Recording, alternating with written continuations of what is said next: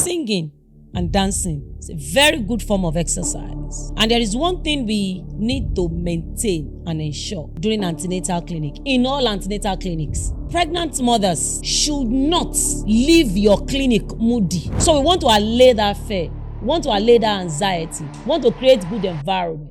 By the time they sing, "Ẹ bá mi gbé gbòòsà fọ́kọ mi o, ọkọ olóríire, aláyèrè, olókòore tó fún mi lóyún." Gbòòsà, gbòòsà. Even some of my pregnant mothers, wọ́n ti bá mi tún orin yẹn kọ. "Ẹ bá mi gbé gbòòsà fọ́kọ mi o, ọkọ olóríire, aláyèrè, olókòore, ẹlẹ́pọ̀nre tó fún mi lóyún." Before you got pregnant, you need to come to the hospital. You see your gynecologist, you see your midwife. We are married, we want to get pregnant. That is the onset. We counsel you. We tell you what pregnancy is all about. We tell you what to watch out for. Just like this ovulation tracking, we teach you.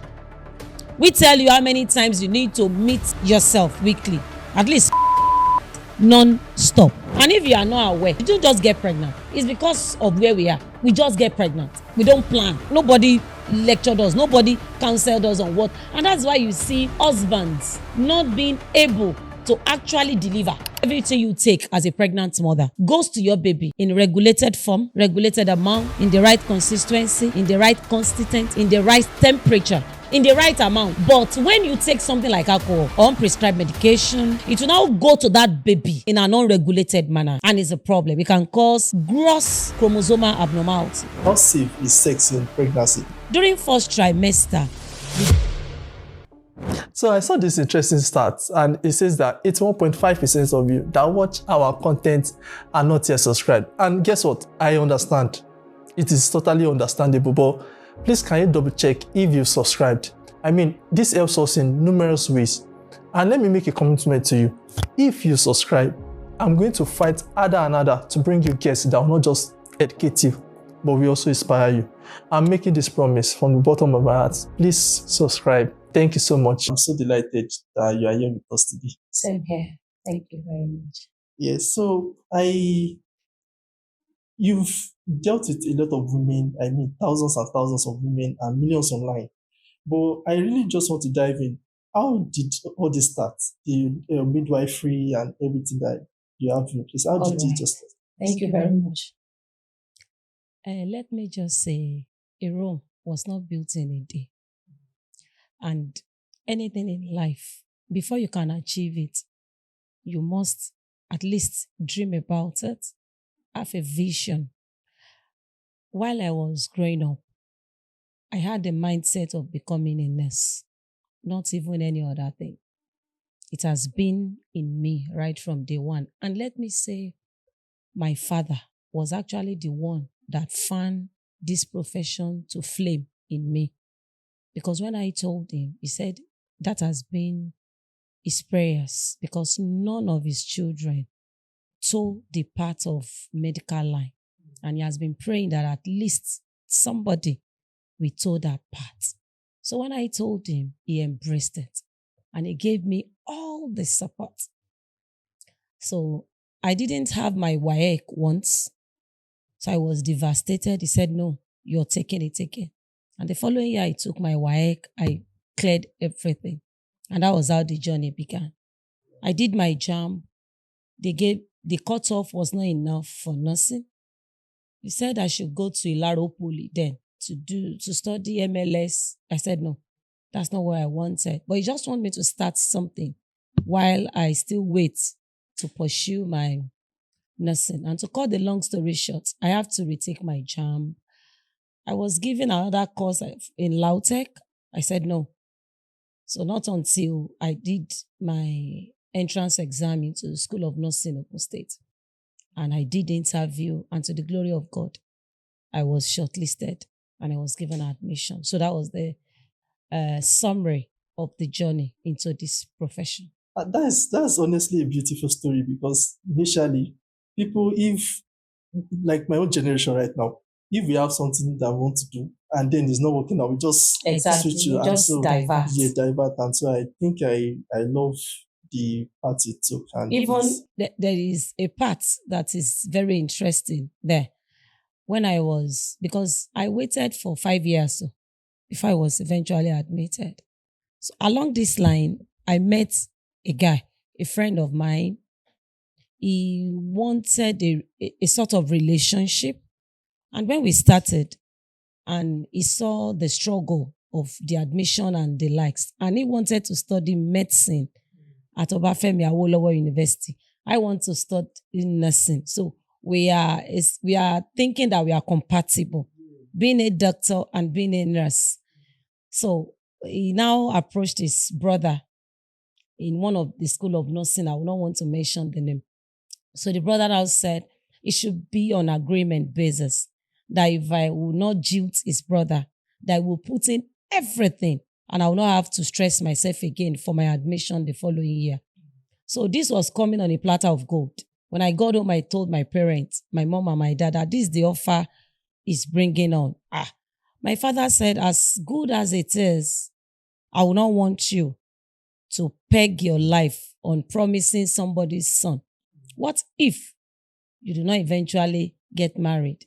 The brother we feel we have betrayed him, because he said there must be a written agreement that I must marry his brother.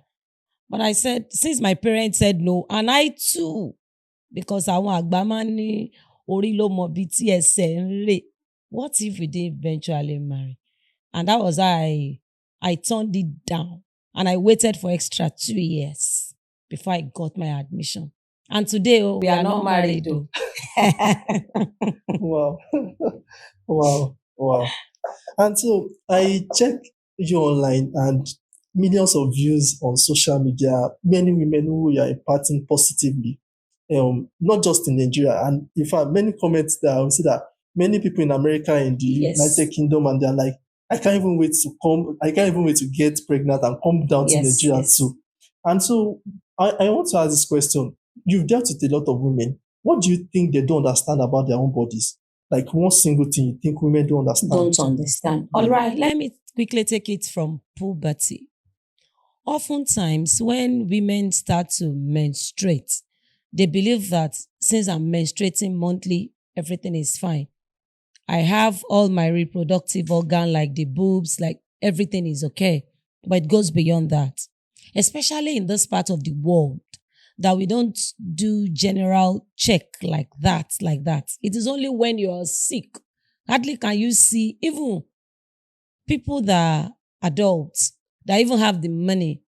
We are so nonchalant, let me put it that way, about things that pertains to our health. It is only when we are down, we know that, what is sick, getting lost hospital.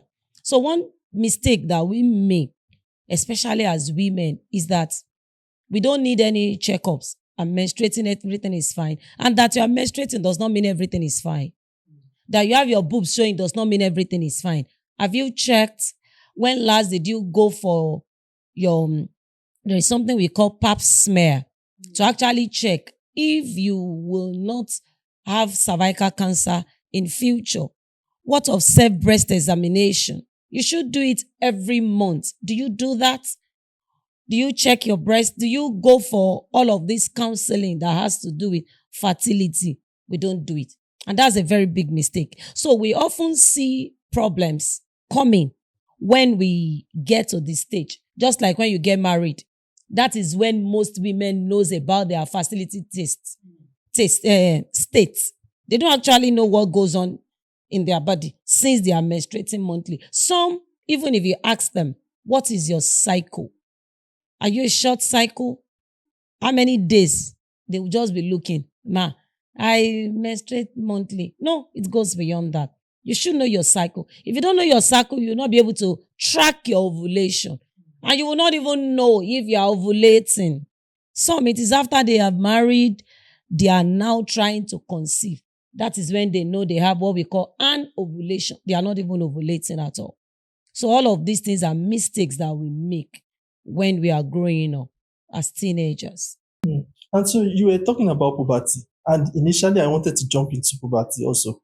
If any young child is listening to this conversation right now, what do you think they should know about puberty as probably young? Because I have a niece that is 8 and she watches our content. Like because I do not just health, we do business, we do entrepreneurship and different things. And so, if she's watching this episode right now, what do you want her to understand about puberty before she gets to 13? All right. Thank you very much for that question. Because we are in age and era that we don't keep information, especially something that pertains to health. Not when we were growing. All of these conversations are meant to be indoor conversation. We don't bring it out like this. And it has affected so many. So now, as you are approaching puberty, you need to understand yourself. You need to be prepared for what is ahead of you concerning menstruation. It's not something you need to be scared about. It's not something that should cause you shame. No. It's not something that should be aware of yourself, because there is something we call precocious maturation. What precocious means is that too fast. There are some girls now, some of our children started menstruating as early as 9 years old.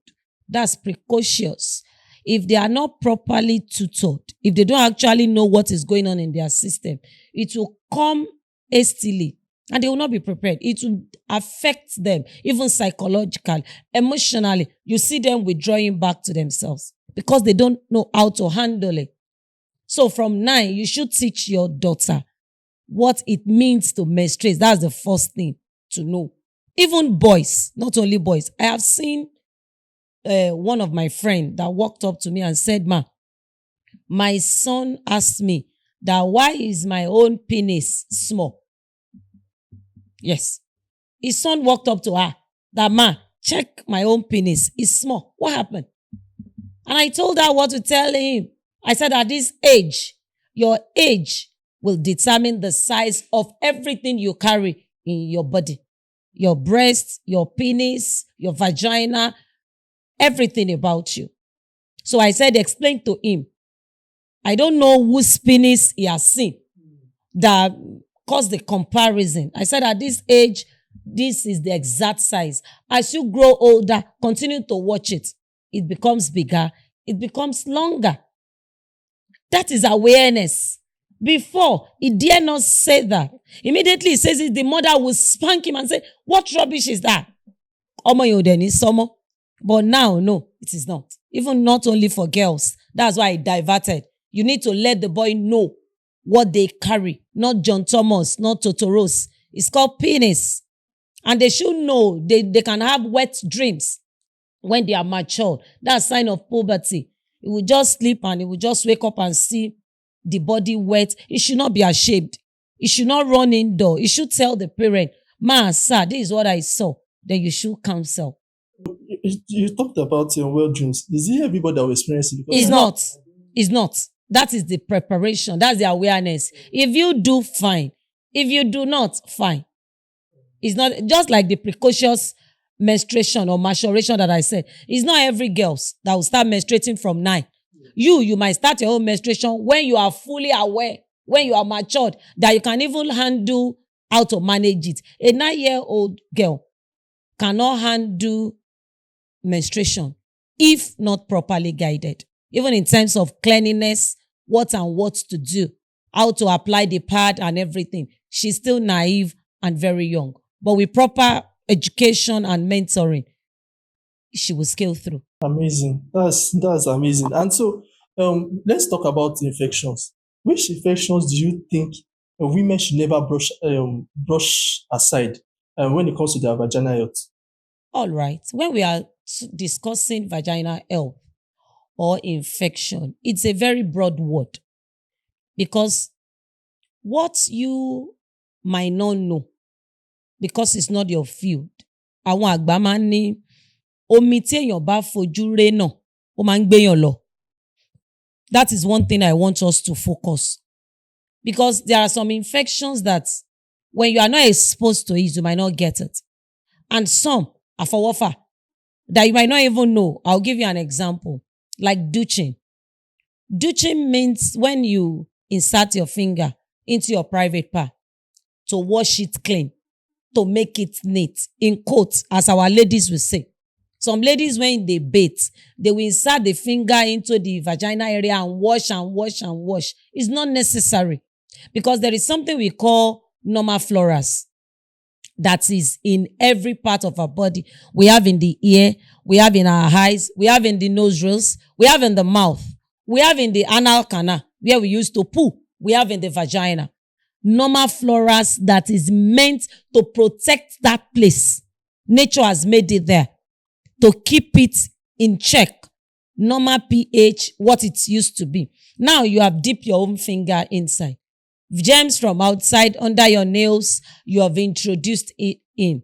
Then you displace the normal floras. Over time, itchiness will begin to start, friction. You can even have painful intercourse. You'll be checking yourself. I'm not infected with any STIs. Me o sheshe now. Do you understand? But you don't know. That douching have displaced the normal flora and has exposed you to the external germs that you have brought in. That is douching. All of this feminine wash that our ladies use can expose them. Because that place, like I said, is self-cleansing. Your vagina does not need your help to make it clean. Every lady has what we call a unique smell of that area. That area should not smell like strawberry or citrus or orange and you are happy that you are clean. No, my dear. You are exposing yourself to infections. And so that area, now that you have changed, little germs from outside can easily thrive. That's aside. Now, coming to sexually transmitted infections. If you have multiple sexual partners, you should know that you're already dining with infections and diseases. That one is a sure game for you. Condoms might not be able to save you in all cases. What if it got broken? It got torn? So sexually, any form, I don't want to mention anyone because one year you can fi iya daku shere kò sí any sort of sexually transmitted infection téèyàn lè gbójú fò tó lè sọ pé eléyìí kéré eléyìí ló tóbi. No, every infection is an infection, especially when it is sexually transmitted. None should be overlooked. Just maintain your vaginal health. Reproductive health generally, just be healthy. Avoid sexual multiple partners. If you have more than one, make sure you are protected by using condoms every time and go for your check. Your HIV testing, hepatitis, all of this viral check. You need to do it every 3 months so that you can be sure of yourself at least every 3 months. Every 3 months. And you said something about fertile window. The first, like the earliest. Okay. Yeah.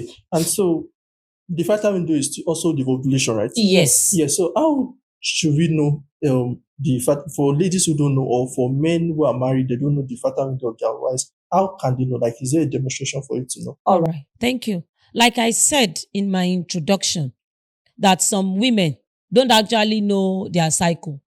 If you don't know your cycle, to monitor your ovulation might be stressful, since you don't even know. Because we have some that have short cycle, like 28 days. We have 26 days. So if you are the type that has 28 days, averagely, your fertile window will be coming like 14 days after your menses. So, and there is a day in that fertile window that we call peak day. That day, the discharge stand out. It's like a mucus, bí ikun mú, bẹ́ẹ̀ ló ṣe rí, exactly. It's not smelly, it's stretchy. That is your peak day. 3 days before you see that is your fertile window. 3 days after you see that is your fertile window.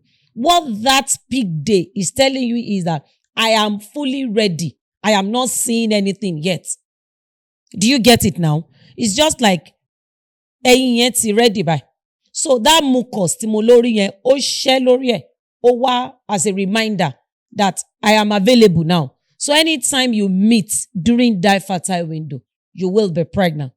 But anything you do outside that, away from your fertile window, you will not be pregnant. Now, I was reading something online. I think that was 2 days ago. Somebody said that if somebody has sex during the fertile window and he tries to use maybe all this post pill, that the person will still get pregnant. How true is that? No. When you use emergency contraceptives At your ovulation, within 24 hours to 72 hours, you will not be pregnant. But it is called emergency contraceptives. It is not something you rely on as a method of contraception. But in case you are not with your condoms and you are not sure whether you are in your fertile window and you take your emergency contraceptive pill as you should take it, you will not be pregnant. Yes, you will not. But I think even the question I felt you want to ask was that some persons during their fertile window, when they have sexual intercourse, they rush to the toilet to pee, there is something we call Vasavas maneuver. No, they are deceiving themselves. You will be pregnant. Because where you are urinating from is not where the gbola enters through. It's two different places. So we have seen so many of them come to the clinic. So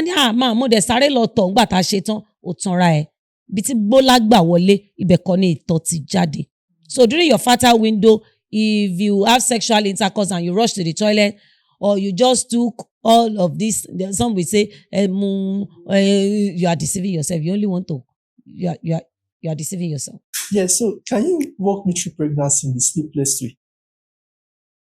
Okay, from onset? Yeah, from onset. All right.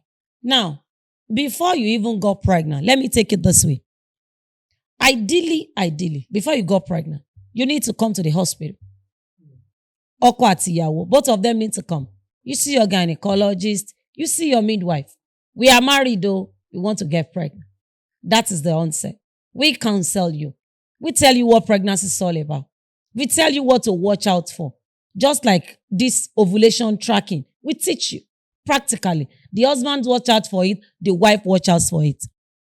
We tell you how many times you need to meet yourself weekly. That's what we term mekwe. How many times do you have to mekwe in a week? At least 4 to 5 times, non-stop, for the next 1 year. 4 to 5 times? Yeah, in a week. In a week. We teach you that. So you will not come back and tell me your husband is in Calabar, you are in Ogun State. So it must be consistent. It must follow a pattern. And if you are not aware, if you're not properly tutored, you don't just get pregnant. It's because of where we are. We just get pregnant. We don't plan.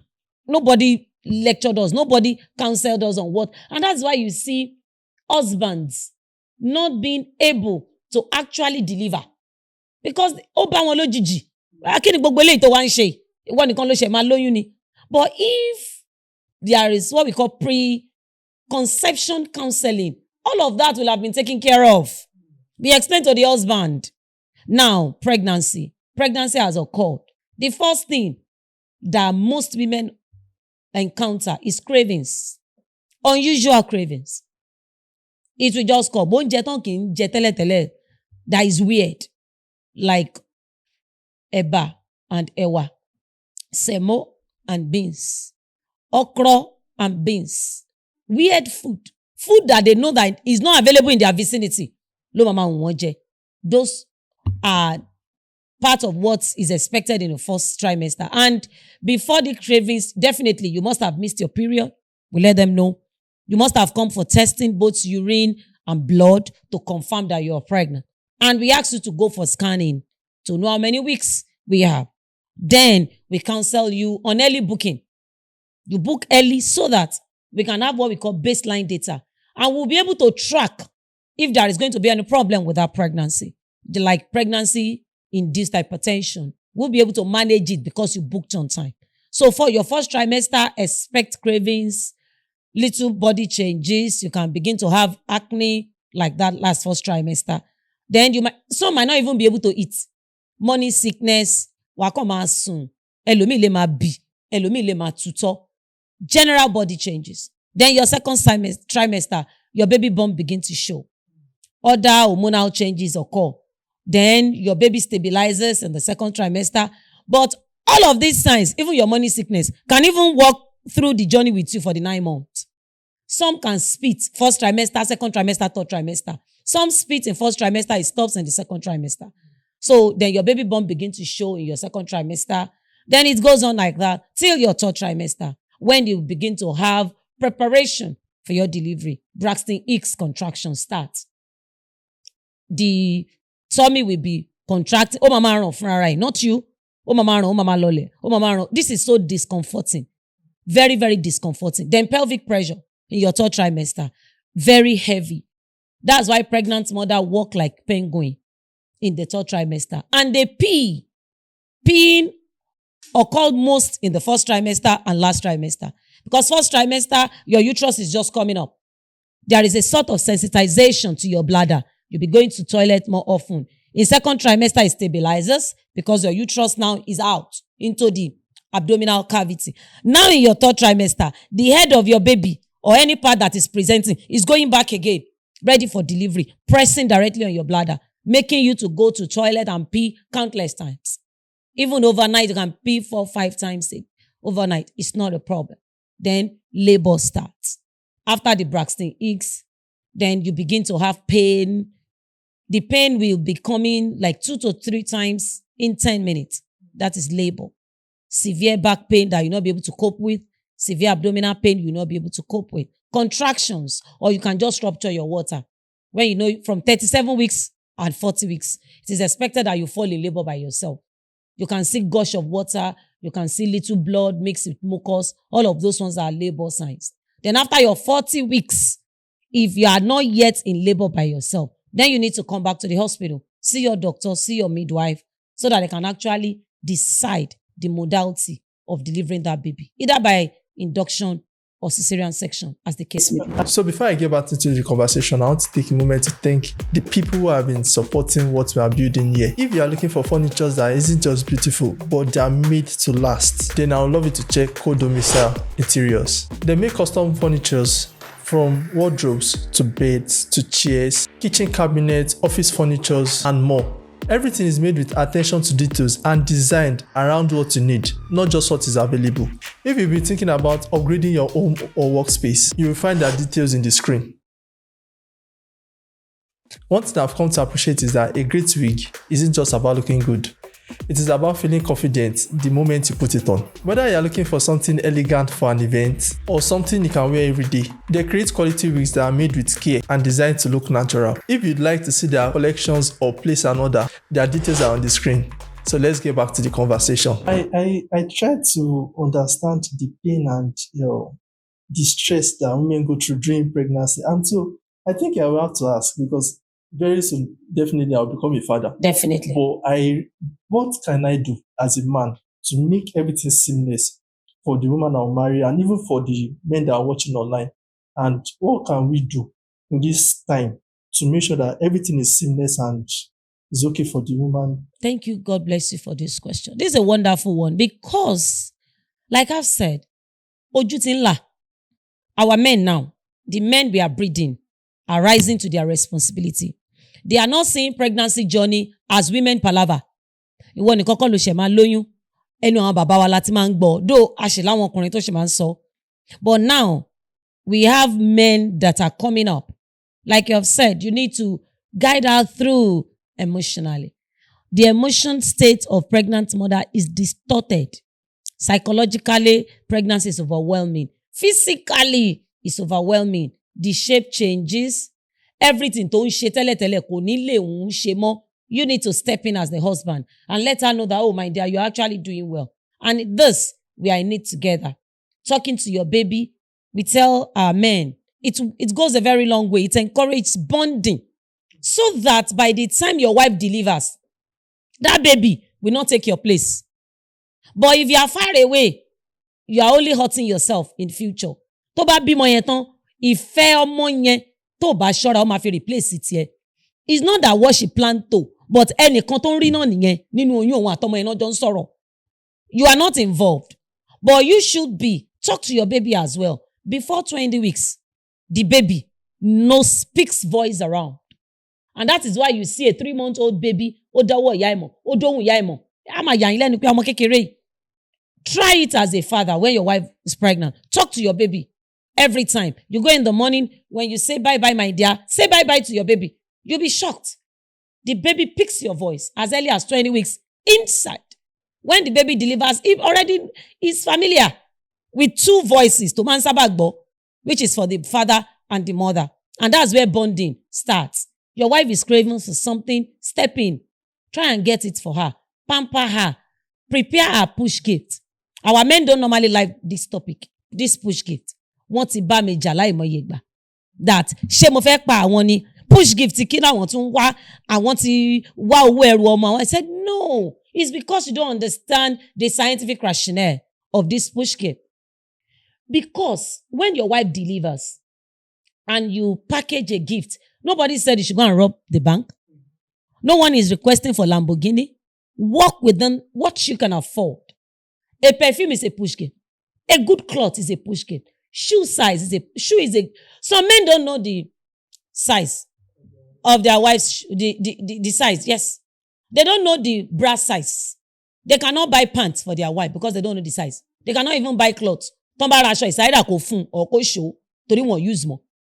When you do this for your woman after delivery, it helps the good hormone to be secreted in her system. And there is something we call postpartum. That's 6 weeks after. So many emotional issues. All the hormones that has increased in the system during pregnancy begins to withdraw back into the system. At that time, it's a lot of emotional instability, sort of. But by the time you make her happy, good hormone, dopamine lo was secreted. Just that little gift. Obìnrin mama wo, o mama so. You see that invariably, ìwọ ọkùnrin ló ń rọra ẹ lọ́wọ́. Because ìyàwó ò ní wà depressed. Kò ní ní nǹkan tá ń pè ní puerperal blues. Kò ní máa ronú. So when men are involved, it encourages bonding. Financial burden ò ní sí ńbẹ̀. The mother lactates well. Oh, ní ní that food unu agolo. When your wife is happy, she lactates well because of the good hormone. But by the time tó ń di ẹnu kiri tó múnú ẹ̀dùn, cortisol, stress hormone ló máa wà secreted. Ọyàn ò ní sẹ̀, wàá ra food o, má complain o. So when you are involved from day one till she deliver, it gives you bonding and it makes her happy. And even you yourself as a man, you are fulfilled. The fulfillment is out of this world. And so, which food, the nutrition of a pregnant woman, how should it be? What should she take at that point when she's pregnant? Because when people are pregnant, they just take whatever they want to take. Some even drink. I'm seeing pregnant women drink, and I'm like, this man is pregnant for crying out loud. Like, why are you drinking? And so, what food should they take at that period? Thank you. I have nursed a patient like that. When I was clerking, I was taking history. I said, do you drink? He said, yes. Do you smoke? He said, yes. I went on and on and on to take all other histories because I felt she does not actually head me. I came back. I don't want her to feel embarrassed. So I said, mo bèrè lẹ́ẹ̀kan yẹn, ṣé ẹ mutí? Ó ní matron, mo gbọ́ nǹkan tẹ́ sọ. Mo mutí. Mo ń gbé kolos, a pregnant woman. She said that has been her lifestyle before she got pregnant. Ó ní kí lọ tí tóun mú ṣe fẹ́ kan ọmọ òun. Òun lòun mutí síkùn tara tòun. But because she was not aware, I now have to counsel her now, as a pregnant mother, avoid alcohol. Because there is something we call placenta barrier. It's an English word, barrier. When I say there is a barrier, just like a fence, abi, tí ò ní jẹ́ kẹ́ lè kọjá, tí n bá ní barrier wà. Exactly. It's the same thing. The placenta made it that way. Nature has made it that way.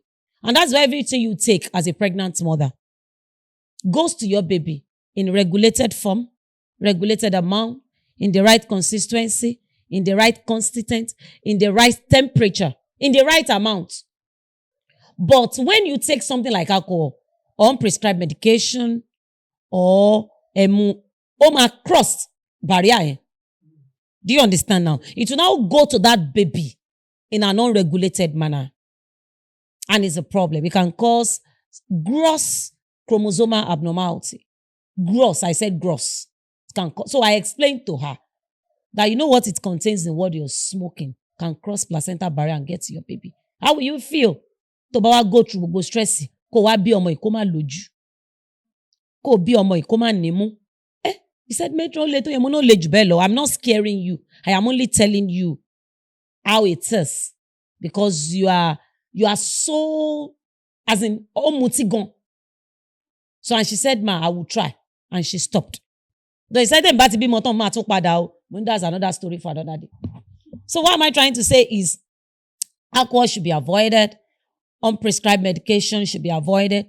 Herbal concoctions should be avoided. And any other thing you take that is affecting you should be avoided as well. The last one I added is not that pregnant mothers cannot take it. I'm only saying they're peculiar to you. Some pregnant mothers take yam and they feel uncomfortable. You will not say pregnant mothers don't take yam. Meaning this pregnancy does not want you to take yam. Just like our mothers will say pregnant mothers don't take cold water. There is nothing like that. They need to take cold water. Except you take it and you're not comfortable with it.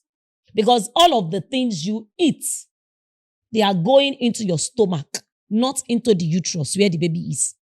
So it is after digestion, then it will now go to the baby, like I've said. It is only when you have taken what you shouldn't take that can just go after digestion. It will just go like that. It will not be regulated. So, herbal concoctions, unprescribed medication, alcohol, smoking, or any other food that is not really okay with you in pregnancy should be avoided. And foods, they normally teach them for them to remember easily. We said, gbogbo oúnjẹ tó bá ti ní ẹ̀wà, ẹja, ẹran, ẹyin, ẹ̀pà, ẹdìyẹ, any food should be included in what they eat. And the last one we normally add in our own clinic is the one we said, ekpon. You know ekpon too is hair. Abi, ekpon is not it's hair. If you have not eaten ekpon, can you be pregnant? No. So you should not leave the hair that brought us here in the first place. You should not forget the hair. Ekpon is important as well. Except we only ask you not to eat ekpon. Because some, we ask them not to. Because I was even going to go to that aspect. And I was about to even ask that, is how safe is sex in pregnancy? All right. Because people say sex is... Unless I forget about what they should eat as a point of emphasis. Fruit is very important every day. Vegetables and a lot of water. At least 8 to 10 sachets of pure water. We say it that way so that they can remember. We don't just tell them liters because some persons don't know liters. If you tell them eat protein, wọ́n lè lọ sọ́jà kó máa lọ wá protein káàkiri. Protein náà pè fún mi sẹ́. Wọ́n náà máa kọ protein sí lára. We have seen our pregnant mother does that. So that's why we say it in clear terms. So 8 to 10 sachets of pure water, fruits every day, vegetable every day. Now, you said, is sex safe during pregnancy? During first trimester, we don't encourage it. I never said when you have sexual intercourse during first trimester, your pregnancy will come down. Don't misconstrue me. Yeah. I only said we just want the pregnancy at least kó gbárajọ díẹ̀. Especially for those tó jẹ́ pé bí wọ́n ti ń wá sí fertility clinic or elderly primip. Elderly primip are those that got their first pregnancy after 35 years. That type of pregnancy, I fẹ́ guide there with everything in us. We want to protect it. So if at all, this generally, if you want to make way in your first trimester, should be jejely. It's not the type that you hang the leg of your wife on the ceiling fan. No, it's not. In pregnancy, you cannot hang her leg on the window. No, it's not bagba. Everything, even all through. And there are safe styles like doggy. It works because all these our style, missionary style, daddy and mommy style, is not advisable. You inconvenience your wife, you inconvenience the baby. You will, but some of our men now, come and call them boy. Some of my patients are still saying it that ọkọ òun sọ pé Ọlọ́run ò ní jẹ́ kó ń bẹ́yìn wọlé ńgbà tóun ò kì í ṣajá Jésù tóun sí ò ní jẹ́. Imagine. I asked her to bring the husband to the clinic that your husband needs proper counseling. So you are still using missionary. 6 months, 7 month pregnancy. So we need to reorient them. It's not the fault of the man. Like we said, this type of topic, in the past 10, 20 years. Baddest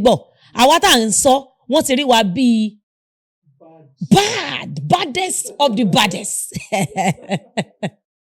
And we are actually liberating them. We are liberating them. I know so many men we have liberated that said, and die in silence. So, but some pregnancy, though, we advise them, stay away from mekwe all through. For instance, like placenta previa, when the placenta is coming before the baby, if you continue to mekwe, the penis, the thrusting in, the banging on the cervix can actually make the placenta side to bleed. So we don't want that. If you have placenta previa, we tell you stay away from mekwe. If you're on sacrilege is the method by which the tip of the cervix is tied to make it close so that our baby can stay to term before delivery. Because some women cervix no wa. We have the vagina. Outside, we have the vulva to the vagina, to the cervix, to the uterus. So, so with the sacrilege, so any fair pressure, lórí cervix. So, what we call threatened abortion. But ó ti lóyún yẹn oyún ò fẹ́ dúró, ó ń rẹ́jẹ̀ díẹ̀. Irú oyún bẹ́ẹ̀ ò fẹ́ stress. Even the person can even be on bed rest in the hospital. So even when we eventually discharge, we counsel the husband. Now, no mekwe. We want to see that this pregnancy thrive. There are some like that their cases are peculiar. We tell them, we counsel them. But if everything is fine, you can mekwe morning, afternoon, night. So yes. Mekwe means sex. Yes. All right. So I got this question. I was scrolling through WhatsApp and one of my friends who was just curious and was asking a question, and obviously I wrote it down. And he was saying that during pregnancy, can the penis get to where the baby is? Okay. So I was looking at it that because different men has different sizes, some are long, some yes. But can it get to where the baby is? Thank you very much. Like I've just said now, I said we have the vulva, we have the vagina, we have the cervix, we have the uterus. The vulva is the two leaves outside that everybody sees. The vagina is the stretchy part that accommodates the gbola when it enters. Then after the vagina, you get to the cervix. And it's like this. Just like when you do your mouth like this, that's the tip of the cervix. That's exactly how it looks like. Penis can never go through the cervix. I said never. No matter how long it is, no matter how big it is, it cannot go more than the tip of the cervix. The only thing that will change is the strength of that bola. Even before you got pregnant, all of us knows that the size of the penis will eventually affect the pressure. Like the way of the penetration is directly or indirectly proportional to the effect that the woman will have. Do you understand what I'm saying? So, but it cannot get to the baby. But the mother will feel it. And that is why we said we don't encourage ba. I said it during pregnancy. Because of the baby. When you jack out too much, you will inconvenience the baby. You will inconvenience your wife. So that is just it. But the penis cannot. Because averagely, non-erected penis, even erected penis, 7.5 to 8 inches. Yes. This one, kò lè kọjá vagina. Bó ṣe rí. And some men don't even have as long as this. Some men don't have as long as this. 7.5. So we even ask them, measure your own, to even know what you are carrying. So that you will not be, mama, paro fun won, shift your womb, shift your womb. It's a lie. Cannot shift any womb. No, don't. Stop it. Cannot shift any womb. And at times, you are even carrying the average size, but you don't even know how to use it. So usage matters. So no shifting of womb. And so when should they resume sex after the pregnancy? All right. Now, we don't encourage even our men. We don't encourage pregnancy to scare men away, like we have said. Men too are going through a lot, or you don't know. Hey, okay, you don't know how you will soon know. Men are going through a lot because we tell them that you are carrying the pregnancy in you. Your husband is carrying the pregnancy in his heart. Some men that are so caring, in bitan ba wa, feeling ti won gan o buru ju ti ìyàwó wọn lọ. And that's what before I answer your question, that some men have what we call COVID syndrome. COVID syndrome means that husband will be having pregnancy symptoms like the wife. When the wife vomits, the husband vomits. Yes. When the wife cannot eat, the husband too will not be able to eat. The husband will be having cravings. How many more they say, why you?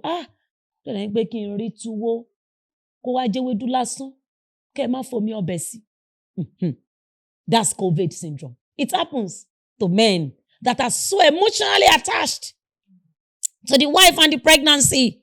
They have it. I've nursed a patient like that, like two. All through the pregnancy, Okolowa complain. Olo mama B.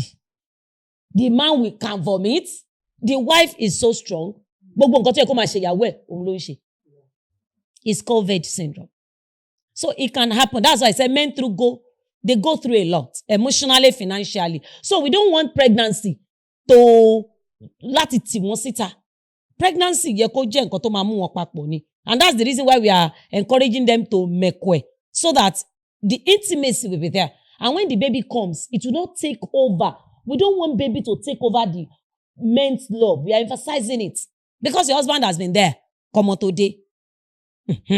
So now, after delivery, whether cesarean section or episiotomy, ideally, on a norms, 6 weeks, your episiotomy side should have healed, your upside should have healed, and even after 6 weeks, you come back to the clinic, we check everything to actually know there is no problem. After that 6 weeks, you can start. Some can even start before 6 weeks, and some can start after 6 weeks, depending. There is no fast rule about it. Some, kan to bímọ tán, kí 1 or 2 complications kó tún ṣẹlẹ̀.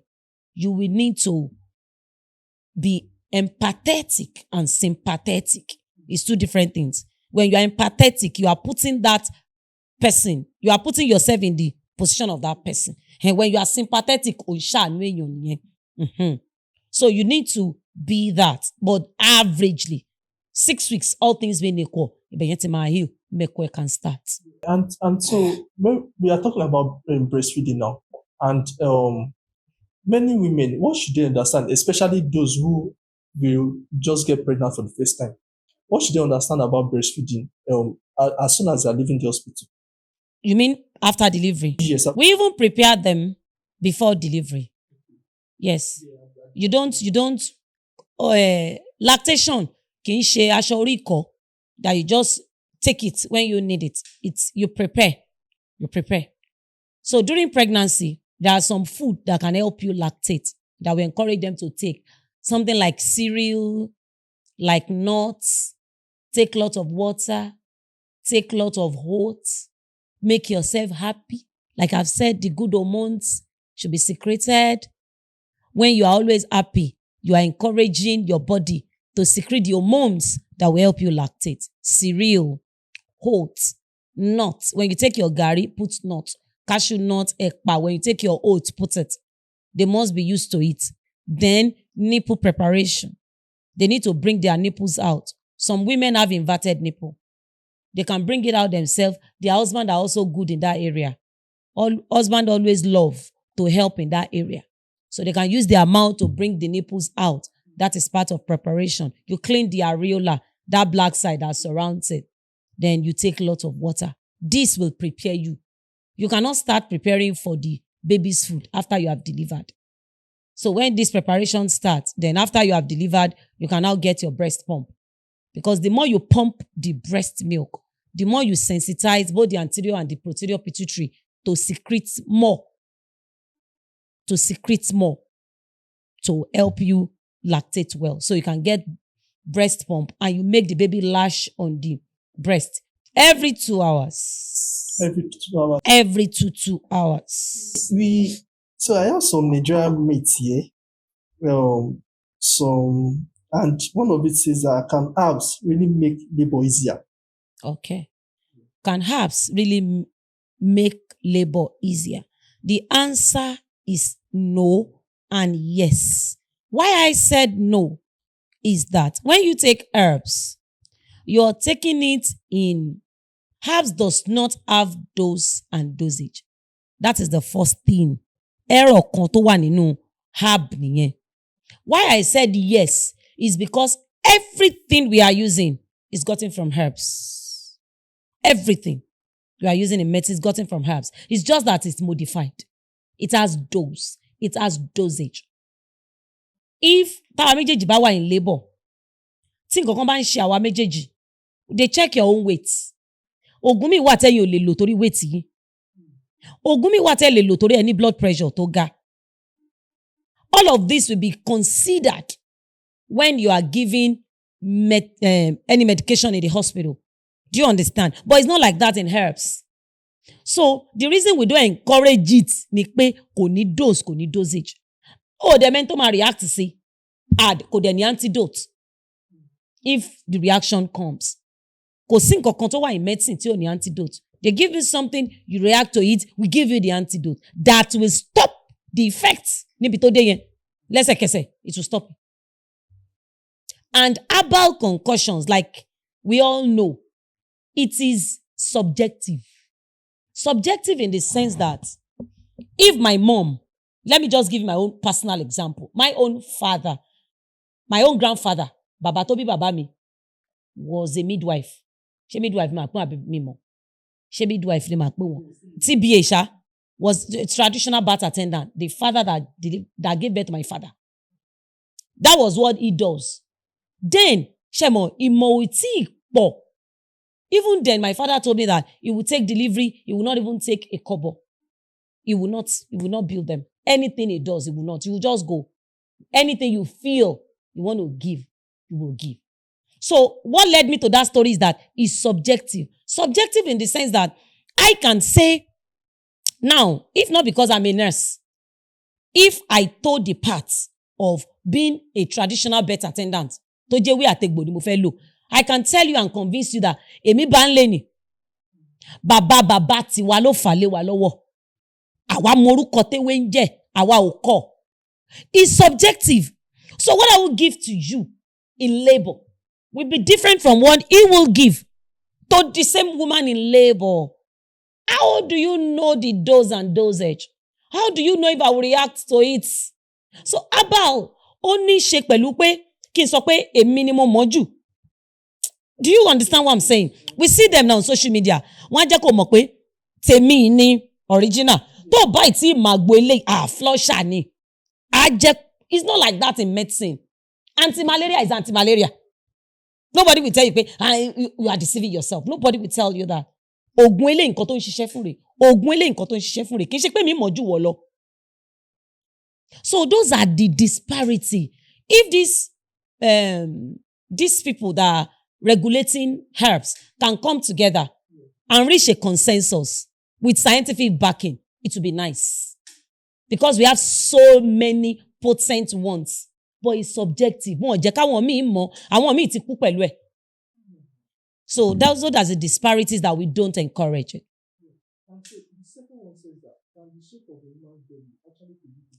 No, the shape of the woman's belly cannot predict the gender.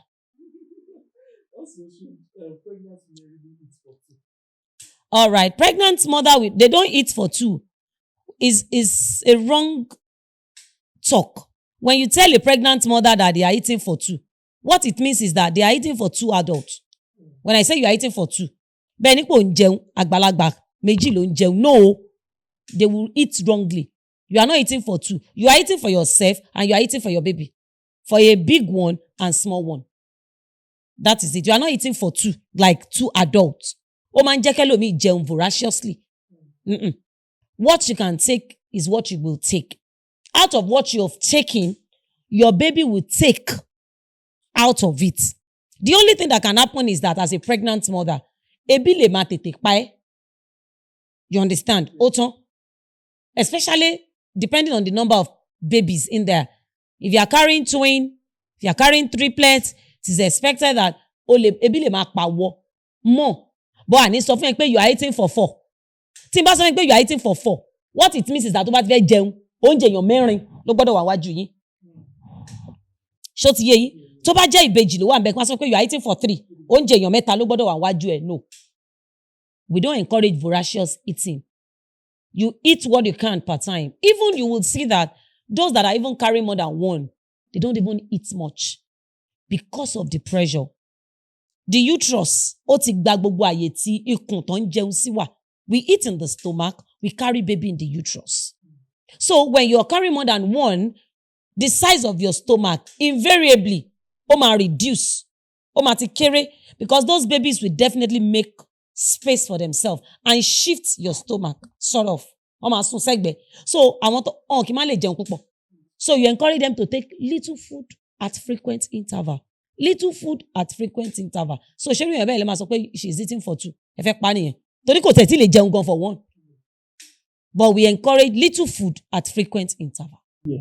And so I was checking, there was one of your posts that went viral. I think the one that you were singing, and you're also thanking the men that I think it had about 1.7 million views. And there was a lady, the lady is an American. And she said something. She said, why do they sing during antenatal? Yes. And then I thought of it that it's true. Why is it that in their own antenatal they don't sing, they just lecture them, but in Nigeria they sing, So why did they do that? Thank you. Singing and dancing is a very good form of exercise. And there is one thing we need to maintain and ensure during antenatal clinic, in all antenatal clinics, not in our own alone. Pregnant mothers should not leave your clinic moody. Mi fẹ́ mọ bó ṣe fẹ́ ṣe. Kàn jẹ́ 1,000. Wọ́n gbọ́dọ̀ rojú dé. Clinic kan tún rojú lọ lé. You have not done anything.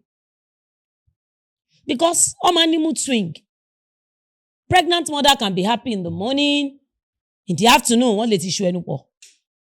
When they come to a clinic, we want to make them happy. Just understand that first. We want to create conducive environment. We know that in all clinics, when you go, maybe you go there, okay, wọ́n gbọ́ mímí ọmọ, wọ́n ṣe fúnpá, wọ́n lè ṣe test, ó lọ lé nìyẹn. That's nothing more. Kò sí nǹkan tó jù bẹ́ẹ̀ lọ. But no, we want it more than that. Because some will not even do any form of exercise. Some, everything they came with, they are just going back with it.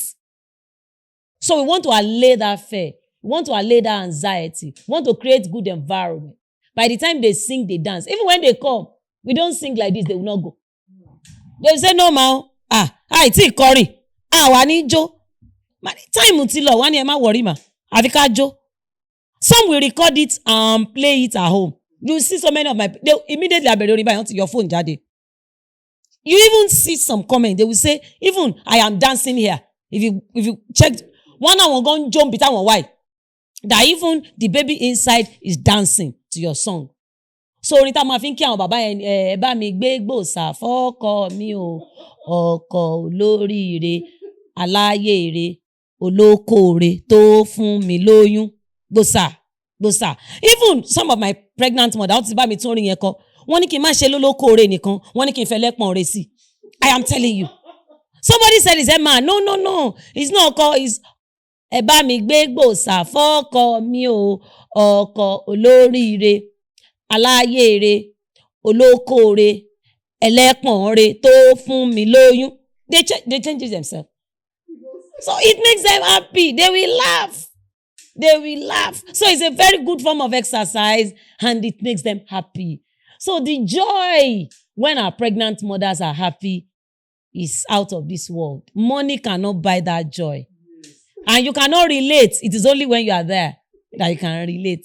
Because I also saw a comment because I use social media a lot. Though a lot of times I might not like comment to people's posts, but I really like take note of what is going on. And there was a guy that said, for this place, they are appreciating men, like, and I was like, this is just the only place. And in fact, anytime I get to see your videos, I am just so this happy.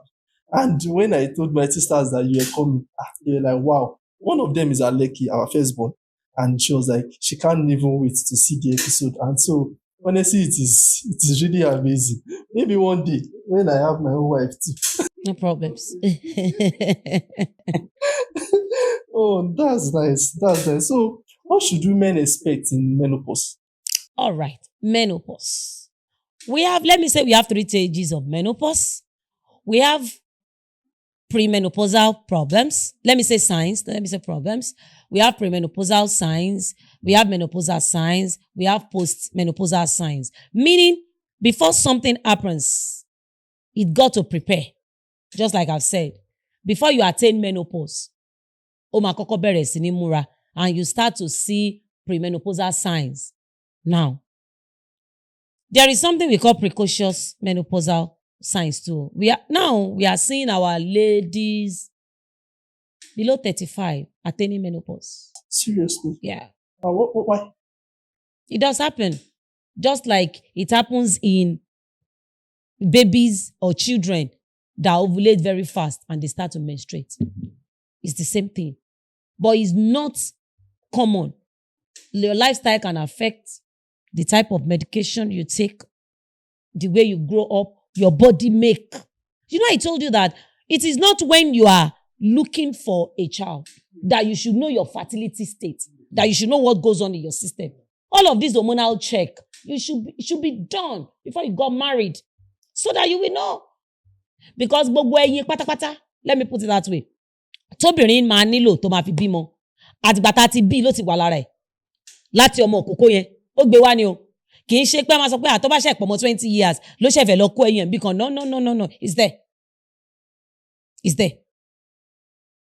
So it's not that pé ó ti wà ń bẹ̀. Nature has made it that way. So the fertility check is very, very important. You need to do that so that you will be aware. And now, these are signs. Premenopausal sign. The first thing you will see is irregular menses. Your menses begin to fluctuate. If you have been menstruating 3 to 5 times, it becomes like 2 times, 3 times. Or it becomes 7 days. It's still irregular. It can be short, it can be longer. It's still irregular. The regular means by la ṣe ọjọ́ mẹ́ta no. But premenopausal signs, it can reduce to 1 day or 2 days, or it can be 7 days. You begin to observe that. Or some months, you will not even do it at all. That's preparing you for menopause. Now, you begin to have hot flushes. Tótútù bá mú gbogbo èèyàn, òru ló máa mú ọ. At times, you begin to have migraine. Orí á kàn máa fọ́ ẹ wẹ́rẹ́wẹ́rẹ́. And you'll be sure that this is not malaria. You will do your malaria test to be negative. Everything about your test will be normal. But you are the one, you know it yourself. If care is not taken, you can attribute menopausal sign to village people. Let's come from the village. You will think it's attack on it. Wọ́n dẹ̀ sọ fún mi. Wọ́n sọ bẹ́ẹ̀ pé kí n dẹ̀ máa lọ abúlé tí mo lọ yẹn. Àìgbọràn ni. Àtìgbà tí mo ti dé báyìí, ní kíní kan ti ń rìn báyìí. Tó bá rìn lórí mi báyìí, á rìn lọ sẹ́yìn mi, menopause. Village people kan. Village people gan ò ráyè tell anybody. Everybody ti busy. Nǹkan tó wà nílẹ̀ yẹn mọ̀. Ó ti tó everybody. Àti village people, ó ti tó wa. Village people ò rí tẹ́ni kankan rò. Àní kò sóúnjẹ ojú oorun mọ́. Observe me. It's true. Kò sí. Ẹ rí pé hàn kì í gbé nǹkan kan wá sórí ìta mẹ́ta. Ẹ lórí ìta mẹ́ta nísìn. Ẹ̀kọ́ lásán. Kí lè bẹ́ẹ̀ kọ jẹ? Wọ́n ò ní fẹ́ yín sí mọ́. Tẹ́lẹ̀tẹ́lẹ̀ máa ń kówó sí. Wọ́n ò kówó sí mọ́. It's telling you something. Sápá gan ti wà on the other side. So leave village people alone and focus on your health so that you can actually make right diagnosis. So hot flushes, you can be sweating, one can man lè wọṣọ tó thick. All those one come premenopausal. And when menopausal comes now, what happens is that the menses will stop. But tó bá stop lẹ́ni, you cannot say you have attained menopause until 12 months. Tí kò sí spot. Means sọ pé, because some, after 4 months, they will see spot. Oh, it's attained menopause. If you mekwe wrongly at that time, oyún arúgbó dé nìyẹn. 12 months, complete 12 months, no spotting or reject kankan. That's menopause day. Then post-menopausal signs. You will not want to mekwe again. Mekwe will tire you. Because all the hormones that make you wet will be withdrawn back to the system. Wọ́n ti parí iṣẹ́ wọn. Gbogbo bẹ̀yẹn máa wá gbẹ bí ilẹ̀ Galilee. Àwọn grandma máa sọ pé, èmi kẹ̀, kíkùn mi wá lọ tóbi, ó máa da kíní kan sí mi, kó rẹ̀ dà sọ́n. No. Where Gbola enters is not the stomach, it's the vagina. And when it gets to the cervix, even when your husband releases the yogurt, it comes back through the vagina. Kò ní relationship pẹ̀lú ikùn yín tẹ́ fi ń jẹun. But because at that time, hormonal changes can make some women add weight or slim down. And tó bá wá lọ mú add weight, wọ́n ní ó lè sọ pé torí mẹ́kọ ẹni. A ní gbogbo kíní tó ti dà sí oníkùn, ikùn ti tóbi. No. It is not. So at that time, they don't love mekwe at all because that place will be dry. So we normally encourage foreplay at that time to help the husband, to help her, because there will be friction. There will be friction, there will be pain. So they can use soluble lubricants, water-soluble lubricants. Foreplay. Ìgbà yẹn, let the father and the mother always be together. But when they should start again. As in where they started from. They should start. They should reunite. The intimacy should be more at that time. So those are the signs you see before menopause, during menopause, and after menopause. And anything you see at that time, it might not be peculiar to you. Your own signs might be different from mine. So go to your hospital and talk to your gynecologist. Don't start running helter-skelter and missing away jagba àti jogbo. Ẹlòmíì òyì lè kọ slight dizziness is menopausal sign. And you will check your blood pressure. Your PCV, your blood level is fine. So it's not something you can manage yourself. If you know that this is the age, gbogbo signs tí mo sọ yìí, ó ti mọ̀ pé menopausal time lẹ́wà. Any signs you are seeing at that time, because it will confuse you. Menopausal sign will confuse you. Go to your hospital. Yeah, so what do you want me to understand about family planning? Okay. Because, yes, everything you want us to understand about family planning. Okay. Family planning, from that English you used, family planning, it means I want to plan my family. Abi? Meaning, I want to decide or reach a consensus with my spouse. How many children do I want to have? When do I want to have them? That is family plan. Let us get that straight. Now, contraceptives, the method with which I want to use to achieve that family that I want to plan. So, because someone you have family planning, no. Family planning should even come before you got pregnant at all. We should sit down and say, oh boy, ọmọ mélòó la fẹ́ bí gan-an nínú ìgbéyàwó yìí. Ọdún mélòó la fẹ́ fi sáàárín ẹ̀. That's family planning. Because I've nursed a patient like that. Before she got to 40, ó ti bímọ 11. All of them are alive, hale and hearty. 11.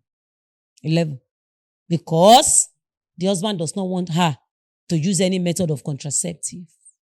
11 children. So you should understand what family planning is all about. Irú yẹn nísìn kò plan family ẹ̀. So now we have different method and different approach, and we have different contraceptive that we can use. The first advice I will lay emphasis on is that do not do any method under the PCOS hospital. Go to a good hospital that they have certified planner. The reason is this: every medication has its side effect. So this contraceptive you're talking about is like medication. It has a side effect. The way it will work for you might not be the way it will work for me. But when you have done it in a wrong place, that they are not certified, they are not properly learned about it, they will mismanage you. And that's why you see all these myths and misconception flying around. Yalagbaja she family planning. Inṣe on deje báyìí. Inṣe inú rẹ̀ tóbi báyìí. Inṣe lele ìṣe báyìí tó ń gbẹ. Go and find out if it don't ṣe. Under the PCOS, somebody just took them something. Because before you do any method at all, we will check your blood pressure. We check your weight. We take full history of your life. How many children have you gotten? How many do you want to get? We check history. Ṣé ẹ ti ṣe surgery kankan rí? Ṣé ẹ ní any hormonal problems? All of this will be because 80 to 90% of all our contraceptive are hormonals. So we know that there will be hormonal interaction. We have injectables. You can take it every two months. We call that Noristerat. We have the one for 3 months. We call that Depo-Provera. You have the one that we call that Implanol. We have 1 strand, 3 years. We have 2 strands, 5 years. We have IUD, intrauterine contraceptive device, that layman's term, Puberty, that we insert. All of this will be explained to you. Then you will choose according to your own health status. Not everybody can take injections. Because I took it worked for me, it might not work for you. So you need to go to a certified planner. They will show you all of this method that I've said, and they will explain all the side effects. Comparing your weights, comparing your age, comparing your history, both medical history and obstetrical history.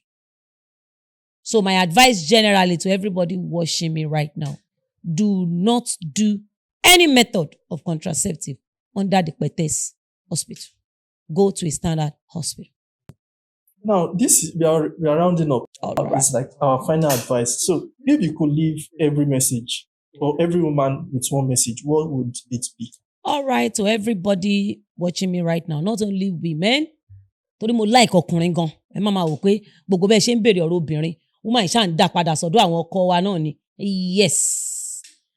Everybody, we should take care of our health. Very important. And pregnancy journey, because everything, let me say 70% of what we have asked is centered around pregnancy. Pregnancy journey is not a child's play. Make sure you book early. Listen to instructions. And stop rushing to Google and ChatGPT to ask for your signs and symptoms. Stop it if you have been doing it. Leave offline. Leave online. Come to your medical personnel offline. We are available 24/7. And to all our husbands out there, all our intentional men, we see your struggles, we see the love. We want to say we love you. On behalf of all pregnant mothers, I am registering our sincere appreciation for everything you are doing. It's not going unnoticed, though. We see it. And the Lord will keep all of us alive to eat the fruits of our labor. And make sure you go to your antenatal clinic. Very, very important. So that any complication or any issues with the pregnancy, you'll be trapped in time and complication can be averted. Thank you. And so the final question I will ask, this is the final question. And so for every woman who is afraid of pregnancy, because many women are afraid of childbirth, what would you say to them? Yes, that's why we said preconception counseling is very important. So every woman or ladies or husband to be out there, after your marriage and you are ready to get pregnant, can you just walk up to your gynecologist and your midwife? Ask them questions. When you sit one-on-one, you ask your questions, because what fears you or what you fear most about pregnancy might not be what I fear most too. So depending on your own problems concerning pregnancy, some will say, ẹlòmíì máa ń tutọ́, ó lè jẹ́ tọ́ yẹn ló bẹ̀rù mí lẹ́rù. I have seen a man, because when the wife was carrying twins, so by the time the pregnancy is up to 7 months, he is scared. Ó ní ikùn ẹ̀ máa bẹ́. A learned is well read. He said he's scared pé ikùn ọmọbìnrin máa bẹ́, kò lè cope mọ́. The wife was even seeing it that ọkọ wọn ò kì í sùn. Ó máa jí lóru, á wá máa wo ikùn ẹ̀. Tíkùn ìbá tiẹ̀ máa bẹ́. Kóun má lọ gbàgbé sùn. A grown up man thinking it. Ṣé rí pé fear yẹn, ṣé rí pé ó yàtọ̀. So he had to take the wife to his mom. She had to deliver there. The wife, because she was not properly counseled, ó bá lójijì, ó tún wá jẹ́ bèjì. Ikùn ẹ̀ wá ràn gan, ẹ̀rù wá ń bà. Pé tíkùn ọmọ ọlọ́mọ bá lọ bẹ́ ńkọ́. Ṣé kò tẹ̀ sí nǹkan tá a lè ṣe ká kó àwọn ọmọ ìjáde? So we counsel that we cannot bring them out prematurely. So to everybody that is scared of pregnancy, either the husband to be or the wife to be, just ask your question in clear terms. Don't bottle it up. Don't ask online. Meet your midwife. Meet your doctors. They will explain to you every of your fear. La ma ṣàlàyé. Bó yín ṣe máa share láti day one, a máa sọ fún ẹ. Till you deliver, even the husband will be carried along. But you don't have to fear. Yeah. So thank you so much, Ma. I am so grateful.